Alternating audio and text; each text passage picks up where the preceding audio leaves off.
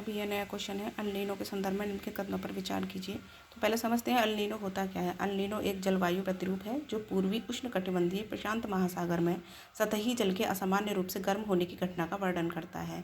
El Nino दक्षिणी दोलन नामक एक व्यापक परिघटना का उष्ण चरण है।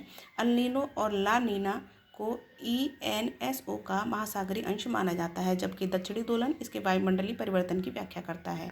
तो यहाँ पहला कथन दिया हुआ है कि यह मध्य और पूर्वी हिंद महासागर में समुद्री सतह के तापमान को बढ़ा देता है, तो यह कथन गलत है, जबकि यह प्रशांत महासागर में सतही तापमान को बढ़ाता है।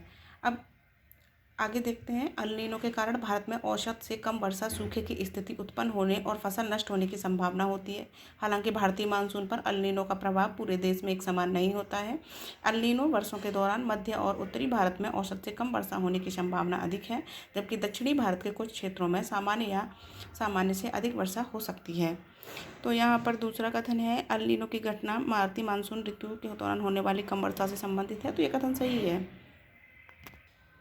अब तीसरा कथन दिया है कि अल नीनो का प्रभाव सामान्यतः 9 से 12 महीने तक ही रहता है।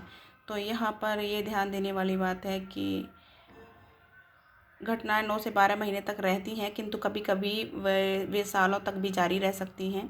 अल नीनो और ला नीना घटनाएं औसतन हर 2 से 7 वर्षों में घटित होती हैं, किंतु ये नियमित समय पर नहीं घटित होती हैं। आमतौर पर अल नीनो की घटना ला नीना की तुलना में अधिक बार घटित होती है।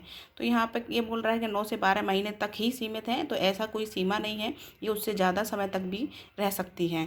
तो इसका उत्तर हो जाएगा कि ओनली 2, केवल 2, पहला और तीसरा कथन गलत है।